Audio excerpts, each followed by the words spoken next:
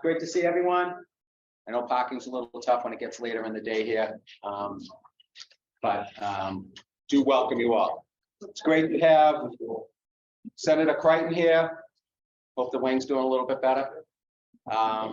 Representative Cahill, both going, just clapping, and newly elected Rep. Jenny Armini is just walking in the door, so she'll make her her grand entrance in 3, 2. She missed it.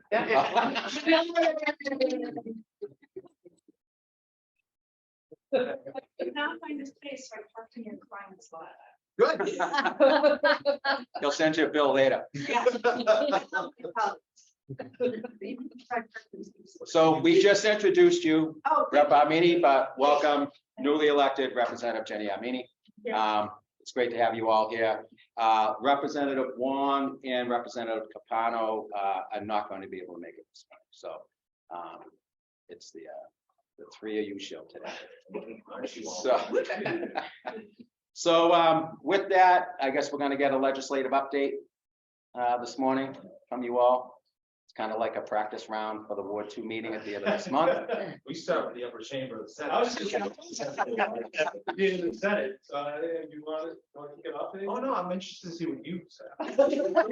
Okay, so Senator Crighton.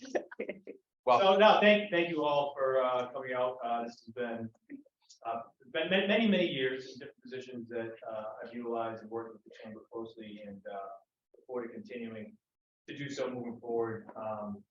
Really appreciate all the extra time you put into it. I know we're running a little bit behind today, so I think we'll probably just talk about a few things we're working on collectively, and then jump into question and answers, if that makes sense. I don't want to listen to us just sit up here and ramble. I think probably the biggest thing, probably on the minds of all of you, is around transportation, certainly housing as well, but in particular, a few blocks from here, you know, it's been reported. I'm sure you've heard about the closing of the commuter rail station. It was something.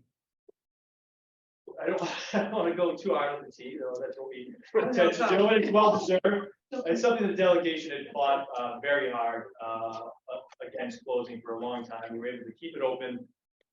They wanted to close it in July, and we, really held a strong stance and prevented that from happening. Got us more notice for our constituents, for the commuters, but unfortunately, because of the safety of the station, and everything going on with the T, we felt it would be irresponsible to continue to keep it open if there was any chance. There were some panels that fell there. I think it could have been out for a little bit longer, but obviously we certainly would not feel right letting folks go in there if the T official said it was unsafe. So it's a huge blow, right? We had demanded litigation as a result of that. The option, first they gave their offers nothing. We said, well, so they said they can find the way to Swampscott Station. We said, well, the Lynn Pass is cheaper, and most of the residents that use this don't have cars, and it's unfair.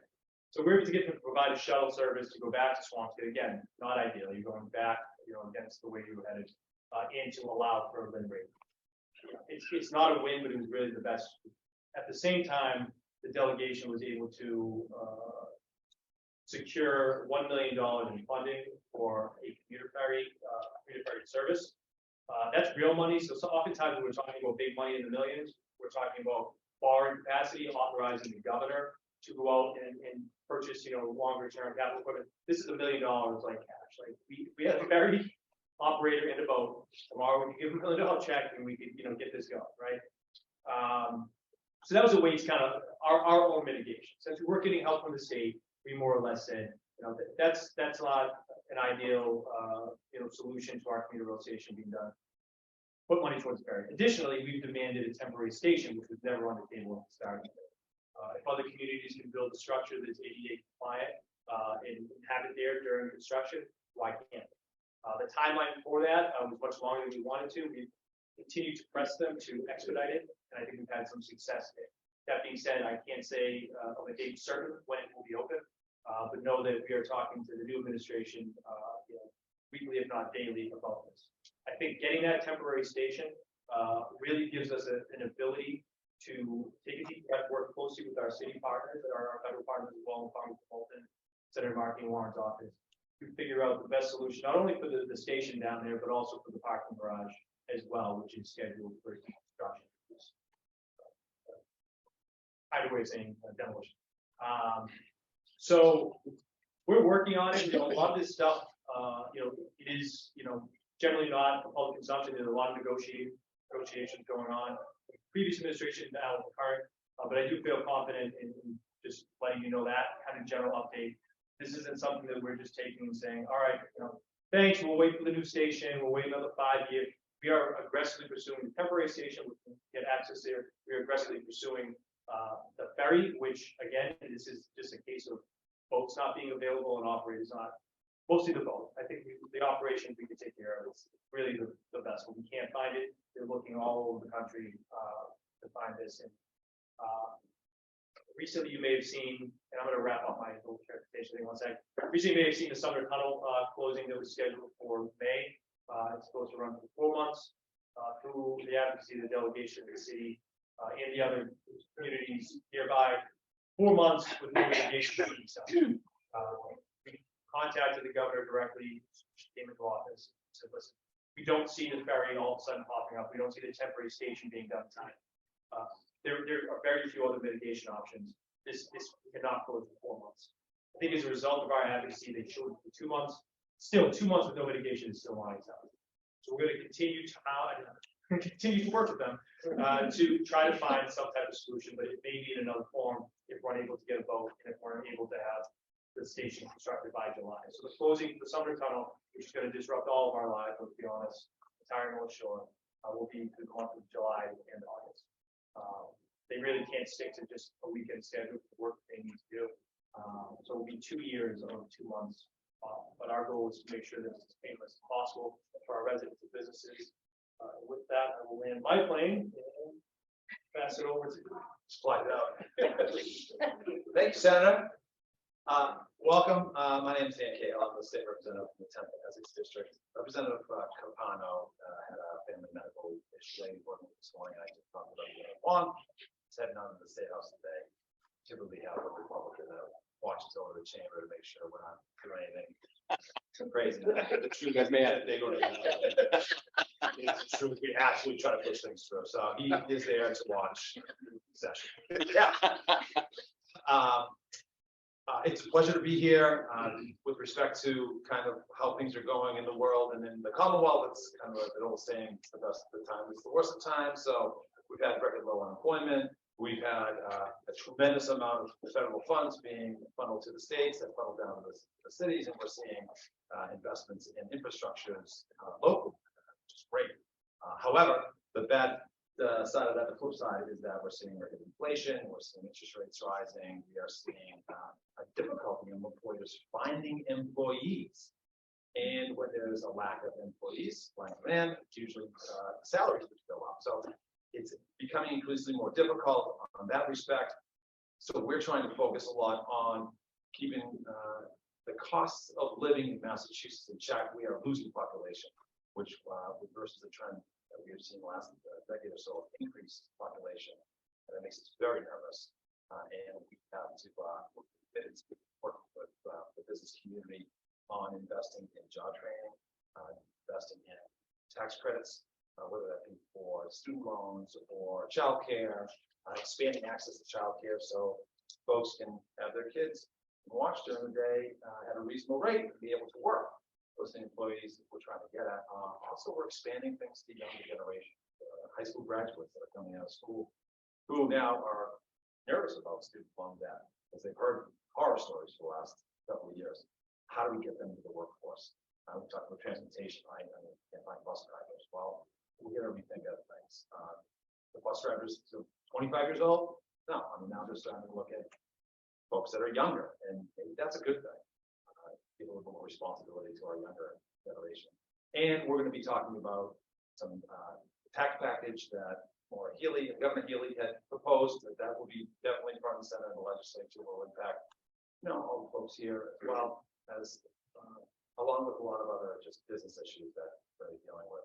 Healthcare costs is always top, housing is top, transportation is top issues. So the good news is there's money. We have a tremendous rainy day fund. The bad news is that we told them, January, for the first time in 30 months, the Commonwealth did not hit their tax benchmarks. So things are changing, and that's accepted and expected. So we're going to plan for those. And I'm very fortunate here with Jenny Armini, who I think is a really, really good person. Truthfully, we really love working with you, and we click really well. And the delegation is just one of my favorite groups of people to be able to work with. My law firm is running more too, of course. And but you're going to hear from Jenny, and I suggest that if you have not met with her, you should absolutely meet with her. She is very thoughtful, very kind, very knowledgeable, and has fit right in like you've been a veteran for many years, and we're very excited to have you part of the delegation. Thank you. Thank you. That's the best intro I've ever had. Don't get too excited. Yes. You're new. I'm not. This is the problem. I'm having one. I'm Jenny Armini. I represent Marblehead, Swampscott, and the great city of Lynn. I think to say I have the part of Lynn that is the dining district, and then some side streets off Lewis up past the Brickett School. That's kind of my neck of the woods. It's I love it. I think you know, Lynn is such a special place. It has the most amazing energy. There's incredible stuff happening. It's a great gift for me to be able to be in this delegation. Honestly, they have been incredibly welcoming. They hold my hand when I need it. They kick me in the butt when I need it. It's really, I feel so fortunate. I can't imagine doing this job, honestly, alone. You know, getting to know this kind of work alone. So I feel really fortunate.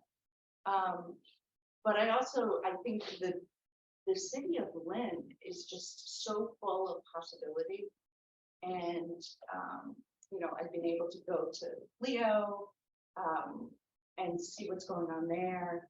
And I've been over at Elhand and I see what's going on there. And I'm looking forward to really digging in and working on behalf of the city. I don't see it as just this add-on that somehow redistricting put on my plate at all. I am in it. I love this place. And so I just want, that's, I think, the message I want to give to you as I get started. You know, I've only been around for 2 months, but I've enjoyed every second, and I want you to know that my door is open.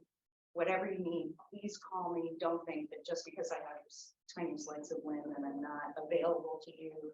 I am. You know, we approach the city as it's not just, well, this is my district. That's not how we do it. See the city as a whole, and we're going to serve every single corner of it. I guess that's my major message. I mean, you covered the policy stuff. Yeah, thanks. I would say, so you said 2 months you've been on, but really since the primary. Well, that's started true. working, right? So Right. Jenny's been in Lynn nonstop, Yeah. which is very refreshing for us to see the commitment, not only just your part of the district, but Yeah. very much a team. When we say the Lynn delegation, the Rep. Wong only has a small piece, Jenny has a small piece, like we're all in this together. Yeah. We find the shared priorities, and everything we do work on together. Well, and you know, it's interesting because transportation obviously is a huge issue. And what I tell people in Marblehead and Swampscott is that Lynn can be our transportation hub. So, you know, as Lynn goes, so goes Marblehead and Swampscott. And people don't always understand that, but I think particularly as you see all the development that's, you know, going on up and down 1A from Suffolk Downs north, if the people in Marblehead and Swampscott don't get on public transportation in Lynn, they're not going anywhere. So, you know, so when it comes to fighting for the ferry, when it comes to fighting for, you know, electrifying the commuter rail, when it comes to fighting for buses, I see that also as, honestly, that is good for Marblehead and Swampscott.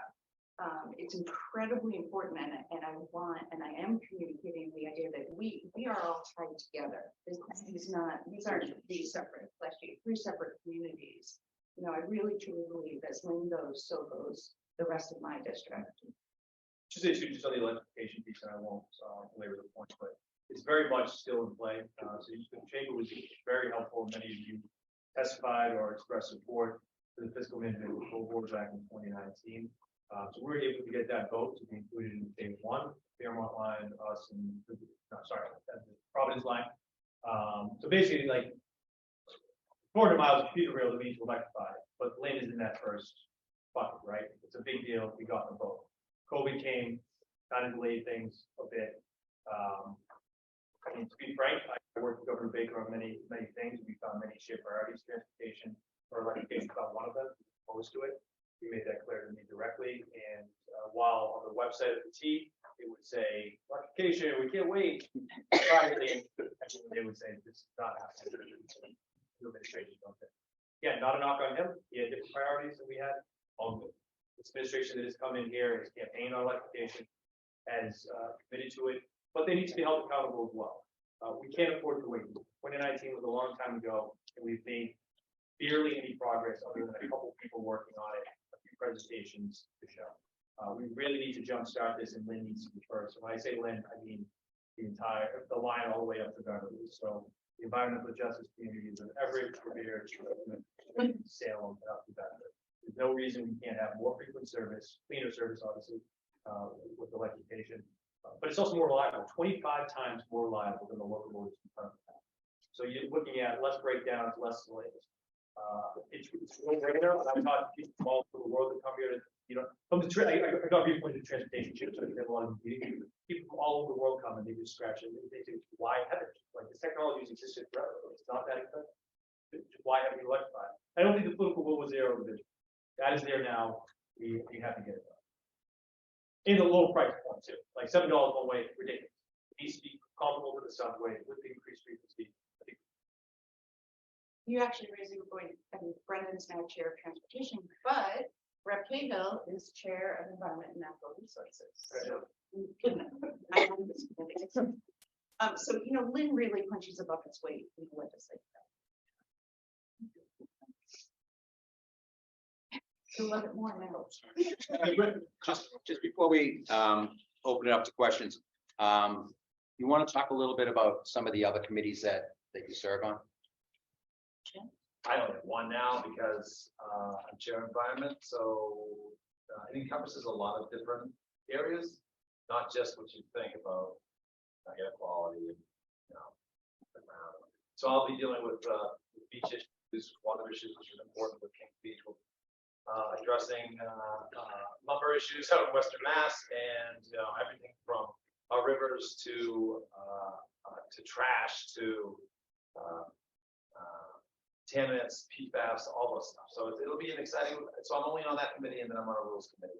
So that was internal boring house committee. That's really what I care about. So I'm easy. These two have a lot more going on. You know what? You raised the speech though. That's great. We should probably talk a little bit about that. Yeah. So no thanks to me, Senator Crighton and the mayor have been working so hard. And because Rep. Cahill's mom lives on Lynchburg Drive, so we got to take care of her. So yeah, the great news is that for a lot of community engagement, the group, the steering, what do you call it? The task force, Whatever it's I think it's a task force. Task force. Okay, the task force has settled on ultraviolet technology to get rid of the bacteria as the waters come out of stasis from. And that is while source remediation is going on. So this isn't, oh, we're gonna have the ultraviolet clean the bacteria, but we're gonna let the bacteria keep. No, that's not happening. And my understanding is Lynn's been doing a really good job at trying to find the source remediation. Swampscott's a little slower, but they're really trying. It's two different problems. In Swampscott, you've got really old clay pipes that have cracked, and you've got the sewage pipe sitting on the outflow pipe. It's gross, but they're working on it. Both the city of Lynn and the town of Swampscott are under consent decrees from the EPA to solve those source problems.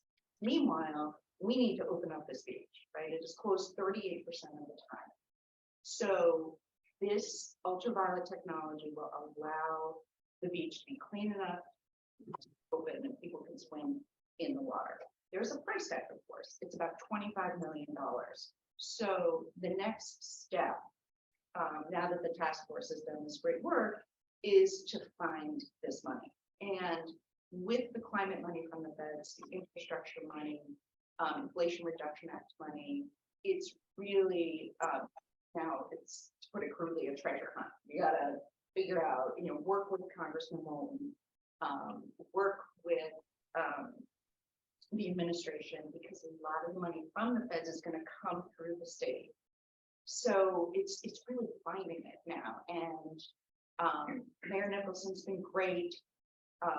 He and the delegation and Swampscott's town administrator have sent a letter to Secretary Tepper. We are introducing her to this problem, although she got it. We are going to hammer home how important this is and enlist her help and her team's help in figuring out where the money is to pay for this. But I've never seen a more community group. So I think we're going to be working, and there's hopefully there's good news in the audit. So one quick thing to piggyback off that, this has probably been here for a long time since I started working in Senator McGee's office. So, I think finally you have all the stakeholders at the table being on one that is a priority. It took a long time, I think, for both municipalities and water to get on board to be something. But as Jenny said, you have the soil sense, like the land district, they need to be set automatically. We're holding them accountable for that. UV thing is not some technology that we're not the first people. We take care. We work with outside consultants to really dig into this and lay out a wide range of options. It's just us around the world. We're not qualified to make these types of technical decisions. It was a well thought out process, just about a year. And I would say 25 million, it's a lot. We have $5 million that the delegation got through ARPA money. Again, real money, not borrowed money. This is real cash and go towards that. But the first time ever, I think we're all bid on the same page. It's not going to be easy. I should say to the beach being closed, even the flagging system we need to work on as well as a short-term measure. Like, it is so unpredictable, and well, predictable in the sense if it rains, don't go swimming. But a flag can be red and be, actually clean water then.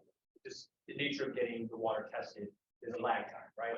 So there's some talk about whether we should be flagging it all. And warn people, don't go in after a significant rain event, or stay away from Stacy Brook area, because the effects further to either side is much lower. So like the flagging and the beach being closed may not even be working. So we have to work on that end as well as we develop options. When you get the additional $20 million, I have faith that you guys Pass around the yacht. Yes, exactly. At that moment, what's our timeline? 3 years. Okay. Jenny knows more about this. Thanks. Sounds good. Yeah, I think it's about 3 years. And that was one of the reasons we picked UV or decided on was timeline too, right? Like some of these, you send that timeline out there, it will be decades away. Like that, even if it gets permanent, right? So like some of the other solutions that have been thrown out there just were not meeting the timeline. And the Newport uses this technology. So a group, I believe, went down to Newport to see how it works. So these other places are using this. This isn't something crazy. I got a question. Everything that runs on electricity is getting canvassed, and the DPU is regulating our utility costs. And it just happened overnight, or it felt that way. In our schools, youth water, everything runs on electricity. Our trains are going to run on electricity.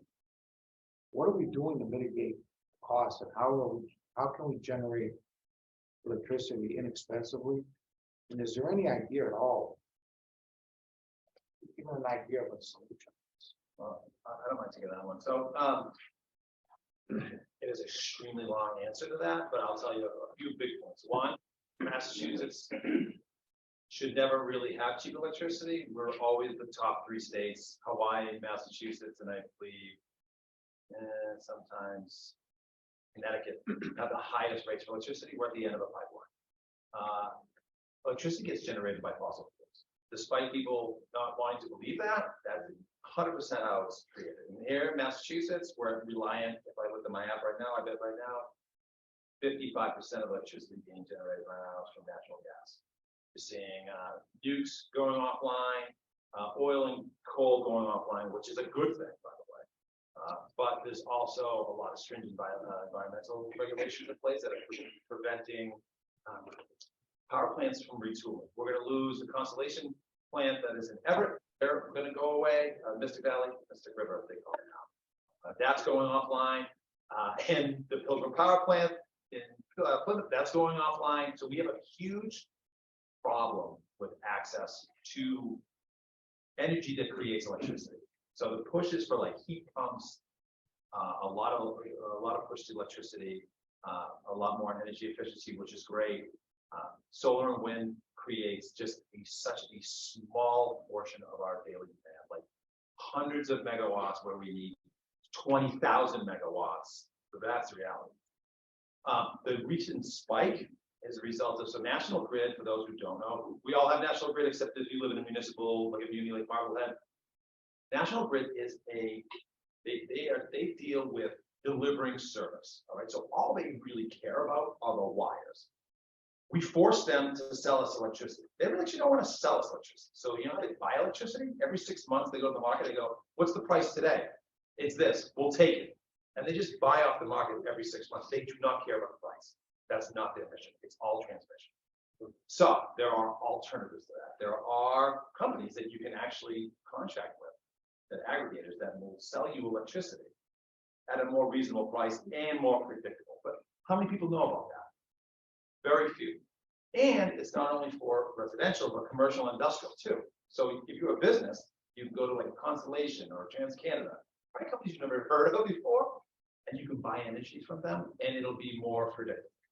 But the problem is that most people don't know. I'm not doing it. I don't do it. And I know this stuff and I still don't do it. I go National Grid. So grid goes to the DPU. They say, okay, we bought this energy. This is our pricing. And now it's going to be 33 cents a megawatt. It has historically been the lowest it's ever been in the history of electricity. We've been enjoying it at like 8 or 9 cents. So that is what you've seen, the spike. I know people think it's a result of a lot of immediate things, but this happened months ago to us. And there is a shortage of fossil fuels as a result of the Ukraine war. That is true. But to get out of this issue, I mean, it's super complicated. We need more gas, which you say that to an environmentalist, and they go absolutely apoplectic about. And not, I mean, if you're environmentalist, fine. Like, this is just a reality of it all. Yeah. It's a great committee you're on now. Oh, why do you think I'm a chair? So the idea of like, 100% renewable energy now is a goal that we have actually a roadmap. It's called the roadmap for 2050. But like that's 2050. Folks want it tomorrow. It ain't happening. The way out of it is, maybe some hydro from Canada, but then the Canadians control it. We've seen a couple of times their energy cost spike. They shut us off in the United States. They decided to use it in Canada.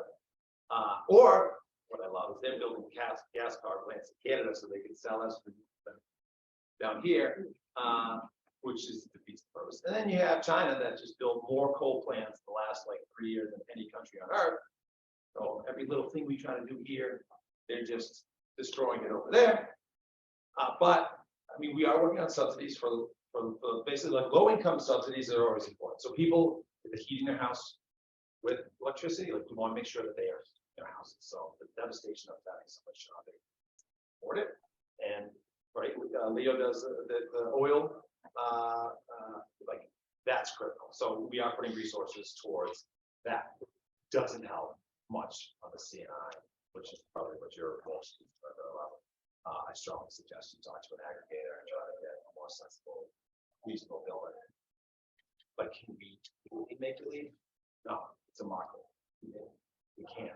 Can we force? Like now you're seeing people say, "Oh, the DPU needs to tell the utilities to cut the price down." They bought the price. They bought it in the open market.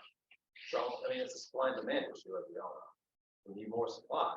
The demand's there. But you're not gonna see it when we constrain power plants from being built. Who controls the DPU? Government. So the government direct control, Oh, yeah. so it doesn't fall under the legislature in any No. way, shape or form. It's like other agencies. We said, we'll pass a law. Like, we want every bridge painted red. And then the agencies go and they put regulations to make sure that that happens. I asked the MBTA about the electrification process, and I found out through third party that the DPU hadn't issued a contract for the evaluation of the source of electricity and where we can electrify from. I mean, we're not even at, we're at the ground level in like PowerPoint presentation, no action. Really? Yeah, no, it's, I mean, Governor Baker said, not on my wall, he didn't want, and I. So I that's asked what him happened. So that's why the Well, we DPU don't- didn't put out the contract. What about that? No, we're not, yeah, we're not. I mean, we have to start, not ground zero, we have an office, like real innovation. They have no money, but they needed, the delegation requested last year, just give us $10 million so they can staff up and like start getting this moving, like, let's jumpstart this. 10 million, they were about pens, but couldn't get even that out of them. Okay, we're gonna open up for questions. He had his hand up first. Go ahead. I'm sorry. He was the first one. Sure. Go ahead. About transportation, common refrain in public transportation nationwide really is borrowing from capital to meet operating shortfalls. I have to imagine that's part of the reason that the station fell into a state of disrepair. And so even if you get whatever you get going, electrification, or we stick with the diesel fleet, at some point you talked about, well, it can't be a $7 ticket. Whatever the ticket is, it's not going to meet the cost of the ride. It never does. That's why public transportation exists and why it has to exist. So is there any way to enshrine a framework so that they're not, so that the capital money actually goes to capital and you don't keep robbing Peter to pay Paul? So it's funny, actually, I mean, in the recent history of the T, they were shifting the operating funds, I forget how many millions, but to capital. It was kind of the flip. They had enough to meet their payroll and everything and still. So there's huge influx of federal funding, right? Okay. So it was able to keep it going. Actually, the fiscal cliff, the MBTA station got bumped back 2 years because of federal influx of money, and also because, this is strange to say, because they can't hire people. So basically, they've cut certain. We can't hire a driver. We can't hire people to oversee our operation. So we're reducing service, and as a result, we're saving money because they're not paying people and they're not paying for the Yeah, service. it's hard to get to So work. like it's extended the life for a couple more years, but then we're absolutely facing. So, I think it's a question as to how the T is funded moving forward, how it's managed moving forward, but operating money should go to operation, capital money should go to capital, there should be that put there. I'm not gonna go into the whole FDA thing, but this was a big part of the conversation, to how the T is managed moving forward. So the governor said, yesterday or today, she missed her self-imposed deadline of hiring a general manager for the T. She said it's a matter of days, not weeks, so we're excited to get a new GM in there to start figuring this out. But also the reality is too, though, that to get back to kind of the energy side of things. The gas tax is not going to be able to fund transportation. So that's one of our main sources of funding. The T obviously gets money from the sales tax dedicated, but overall transportation depends on the gas tax. We're switching to electric vehicles, and they will be obsolete by design in the near future. Then the gas tax is just going to keep a road until it's for the use. So we need to have a serious conversation about what is the best dedicated transportation revenue fine, sharing opinions of this. I think, like with anything that we do, we need to get all stakeholders on board, which usually happens as a result of the commission. It's a group to take a look at this over the next couple of years, and then taking a tough vote on. It's not even necessarily raising taxes; it's replacing an obsolete system. I'm sorry, the question over here. So my question was, more and more of these power plants are being shut down, and more people are buying electric vehicles, essentially putting an electric dryer in their driveway. Do you have a handle on capacity, or start seeing brownouts? Where do you stand with that? Great question. So, there is a regional organization called ISO New England, and they are tasked with ensuring that there is enough energy for the region to function. They are often at odds with many organizations that do not like their mission because they are very black and white. This is the demand, this is how we meet it. Is that real time or is that delayed as well? They look at things like forward capacity markets, and they look at real time, and they look at historic trends.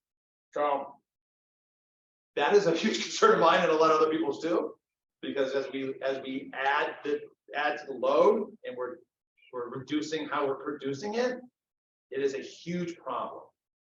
So I have my own ideas of solutions, but I'm not going to say them out loud.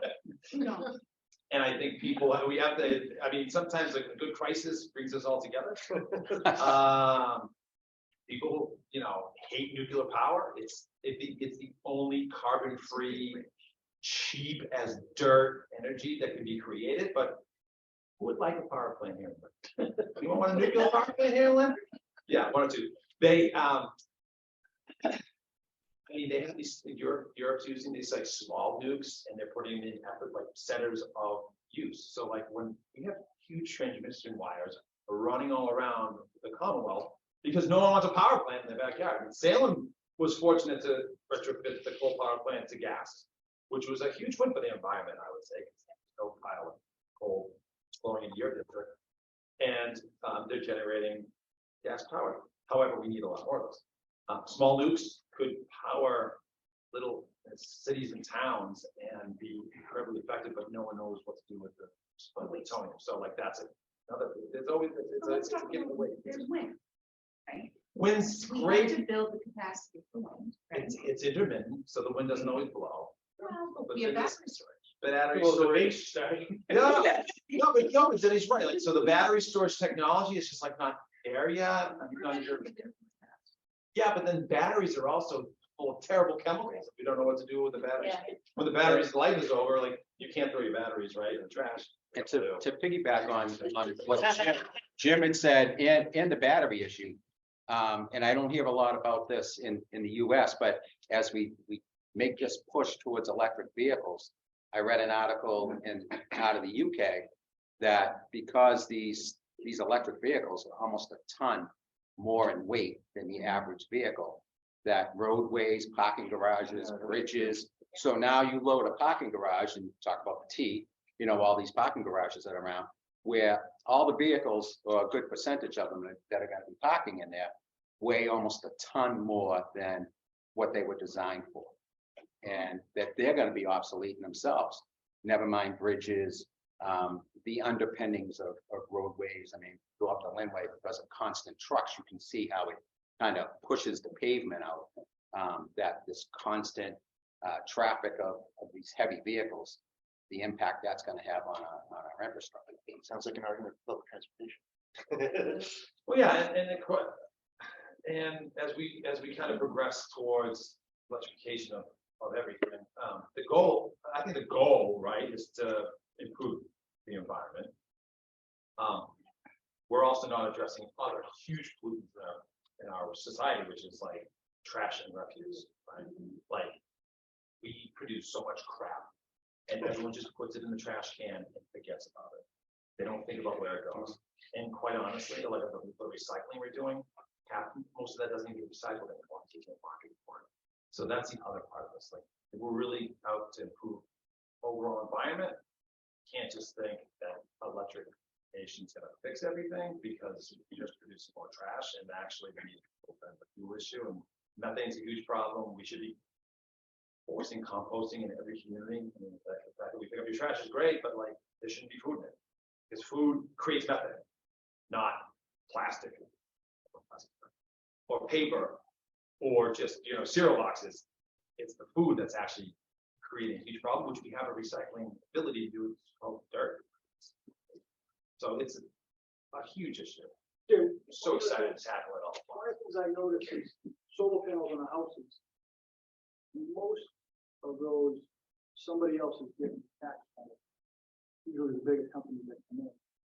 Maybe there's a way to promote it. I like to buy it for my own house, and I've had them come out 3 times, and all they want to do is lease it. Well, that might be more. It's like leasing not to say anything about leasing cars or buying cars, because I'm not an expert on that. but, you know, people lease or they buy, right? That's how you want to do it. Buying the systems for solar is far better long-term if you want to stay there long-term. Very difficult. But it's difficult, it's capital improvement, there are federal and state tax credits that people are taking advantage of. Those programs are getting a little less advantageous because people are doing it more.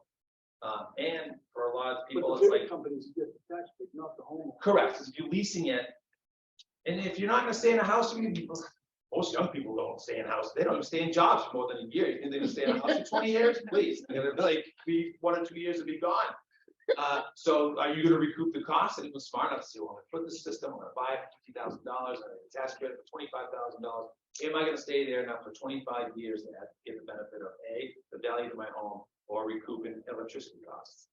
That's a decision that people, question What people do you make. think it's gonna take to make the government realize that they need to press on generating power? You're seeing, before it's too you're late? seeing citizen towns adding to their codes and requirements, component of renewable energy. So they're saying, hey, if you're gonna, like Brookline, for example, they've done 2 things. One, they successfully managed to get a pilot program to prevent any new buildings from being able to be serviced by fossil fuels. 1. 2, there's a requirement of not just the environmental energy efficiency things, but you need to install heat pumps, you need to install solar, you need to have geothermal. There are requirements now that we think today, that sounds crazy, but 15, 20 years, it's going to be the norm. If you're going to buy a house, it's going to have a solar Doesn't that system. put more demand? And the technology's changing. So now they have like roofing materials that are actually photovoltaic. Instead of having these big panels, it's your roof. Yeah. So the technology is really speeding up because people are using it and government has invested. We're just in a, we're just in a phase right now where we're not really enjoying it as much, but we'll see it in a lifetime. It's a transition phase, right? And so to your question, there's in the last final bill, last session, the state is now allowing land that isn't being used for farming anymore to be used for solar panels. So you actually don't have to have solar panels on your home to take advantage of solar power. And I think increasingly communities, so in Marblehead, we are one of those municipal light companies. We buy our energy from, part of our portfolio is through a solar farm out in Ludlow that happens to be owned by MWEC, which is the organization that services municipal light. So you're going to see more of that. And with the advanced battery options, that's going to become more prevalent. So don't just think about it being on your house. You can also, purchase, the portfolio can be purchased from You said out of Ludlow? Ludlow. So is that a private organization or the government? It's MWEC. And why, so there's like 32 municipal light plants that are in Massachusetts. They were created right when electricity started, and then they were shut off. So you can't really create one anymore unless you want to buy out. The solar farms that you. So those solar farms are run by the organization of municipal light plants. However, when I talked about aggregators, so those aggregating companies that you buy energy from, there are some that just will sell you green energy. Yeah. Can I change the topic a little and go to something fun like taxes? So, No problem. Like your taxes, that's all right. twofold question. One is on the definition of ordinary income used in the millionaire's tax and how, what abilities you as the legislature have to change what is considered ordinary income. We do a lot of real estate transactions at our firm, and a lot of our clients are concerned about the millionaire's tax from a capital gains perspective, from that one-time hit being counted as ordinary income. And then second is in the governor's budget proposal, there is a $3 million estate tax exemption. So another part of our business is doing a lot of estate planning. And, we have the lowest exemption in the country at $1 million. So that, in the last session, there was a $2 million proposal, which died. Now we're hearing 3 million. So can you touch on those two topics, please? Just so the state that you weren't there, but I'm sure you would have, we voted in support of that, the 2 million. I'm certainly open to 3 million. It needs to change, right? Like, I mean, it's when my wife opened up the Globe, saw the article that kind of raises you at the editorial years ago. She's like, "You have to fix this." That's all I need to hear. No, it's not the most progressive, so I'm certainly open to go to 3 million. We'll see how it's going to be. But first, go from there. but I give you kind of a non-answer. The other one is, there are a number of bills looking at just being described with, one-time hits, the fair share benefit pass. So, But does the legislature have the power to define income? do the power to do anything they want. Well, I thought the reason that we had the question was because you didn't have the power to add a tax bracket, You could, right? So how do you have power on one and not the other? It is because, so constitutional, so the Constitution, we can't, Constitution is a specific way of amending the Constitution, right? So that the back in the seventies, right? Barbara Ann, you're saying, Anthony, what is it? Anderson, right? They put in the flat tax, all that stuff. So there was a process for us to amend that. There's a ballot question, so we can, the ballot question is basically essentially legislation that we can then amend slightly. I mean, the SJC obviously wouldn't let us change the whole thing. We could probably do it if we wanted to. Actually, we can do anything we want. So do whatever they want. But politically, we're not going to go in there and really mess around because people would be really mad, and we try not to pick fights. So what we'll do is we'll wait 10 years and then we'll totally just fight it out. I'm just kidding. Are you? So I don't get today. Oh, good. All right. But it is all. The Herald is. I mean, we change ballot questions. We change them all the time. Y'all vote for it, and then y'all forget about it, and then we change it. We have some more questions. I'm glad he's always. Are you? Any other By questions? the way, I'm Yes, always Jack. changing. Yeah. The general manager over in the DB, just to reinforce the importance of job training. And maybe consider some more creative programs because we have the volume in our instance, but the lack of labor, qualified labor is forcing us to kind of revamp our internal training program. We have a lot of great universities, community colleges. We did something with Northrop Community College several years ago, like an apprenticeship program. So we have incentives out there to foster connectivity between business and the universities around so that we can train up team members so that we can then hire them in to have incremental jobs. It's a big challenge for us and just something to consider in terms of programs to help connect the state and business. So I'm not going to answer the question with them, but I have a quick question about to employees, the opportunities. You mentioned community colleges and colleges. What is there any demand for folks that aren't going to college? So if we can construct something, if they're not going to college, but there is a training program, I'll give you an example. We do an apprentice program with Northrop Community College. Say, hey, if you come in for non-degree, here's a 2-year program. Now we have a job for you on the other end. I'm just going to give an anecdotal answer to that. We're involved. We're constantly being asked, high schools and around a lot of organizations that are doing it. I find it troubling that young people, especially folks in Lynn, people who come from different countries, have no idea how to get a job. They just don't have any idea. I mean, I learned how to get a job because my parents taught me how to get a job. But if your parents didn't come from this country either, it's really, really hard. So there is a huge untapped resource here in Lynn of young people who are skilled, who are smart, who want to work, who have great work ethic. They're in basically doing trades, odd jobs now. You talk to high school kids, public high school kids in Lynn, and you say how to get a job, they go to Market Basket, which is a great employer. But like that's what they know. So we've been talking a lot about this because the MBTA has issues. Like we have one of the youngest populations in the Commonwealth, and our school population is exploding. And these kids just can't. They do not know how to get a job. If I told them to get a job, they wouldn't know the first step.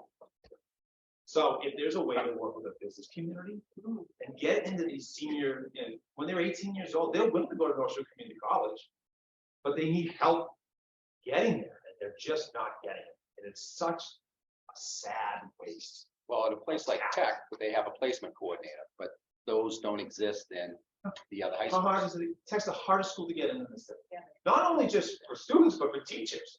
There's like one bid, I heard the other day, oh, Tech opened up a job at, for bumping and bidding, and like, it's a feeding frenzy. When I taught there, it was where no one wanted to go. Of course. And now every teacher is dying to get into Yeah. tech because they don't have the overcrowding issues that exist in the other schools. So like Lynn English and Lynn Classical, there's kids over there that would be amazing employees. Amazing. But they don't know who any of us are. They know marketing aspect. And they know their parents' landscaping jobs. They know their parents like, the odd jobs here and there.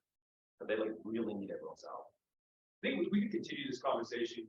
I mean, not Baker earlier in the conversation, I give him props. He made significant capital investments over in tech. The machine shop. Machine program shop. Special. So like, there's a history of the Commonwealth making an investment, recently of making investment, but if we could fine tune it to the need of your company and how that syncs up with workforce we have here.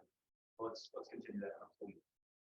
You know, what's funny is I think they'd be more likely to go to community college if they saw it as a step towards an end game, as opposed to just, I guess I'll go, nothing better to do situations like, oh, if I go there, I get a job at GE afterwards. They want to work. Yeah. But that's why I think the early college effort Yeah. is really, really valuable. Just a couple weeks ago, I was over at the Frederick Douglass School at the community college.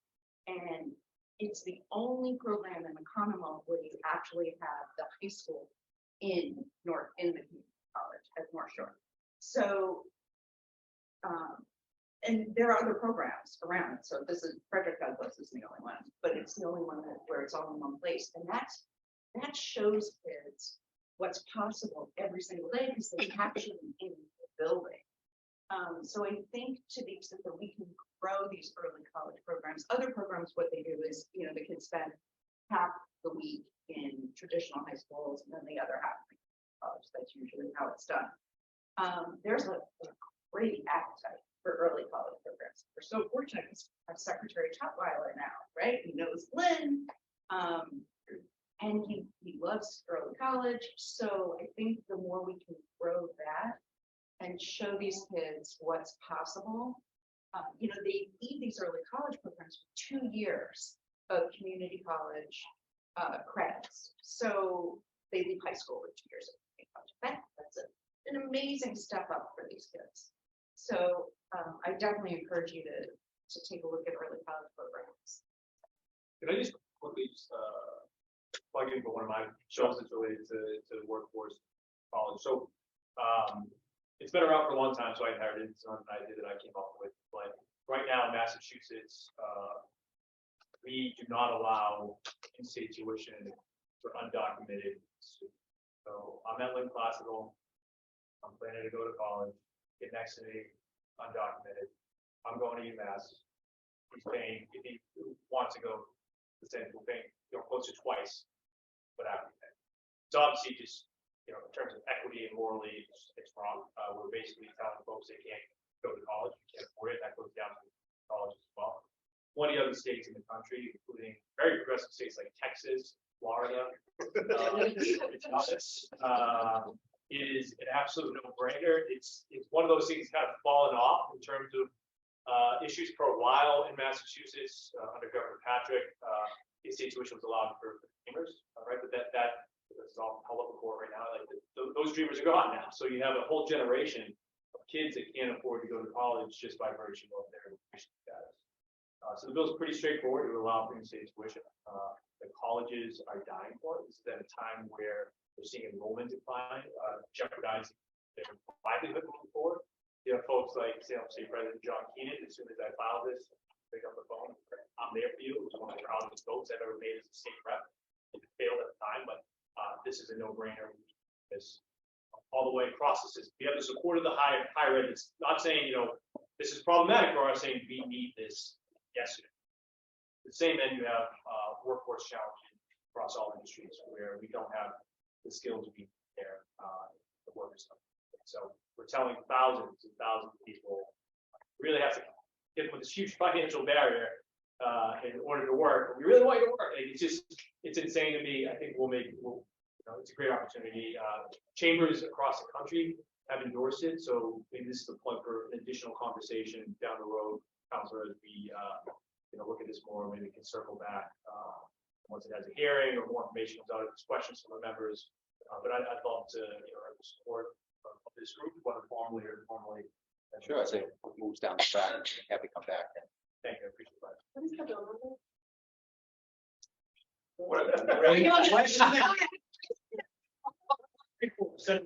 So good. Okay, with Thank you that, so it's a little after 10. I know we got a late start, but so everybody can get back to their day and work and back into Boston if that's where you're heading. We truly appreciate the three of you coming in this morning and attracting the business community. Love to have you come back. Thanks, Anytime. everybody. Appreciate it. Thank you. Okay, thank you.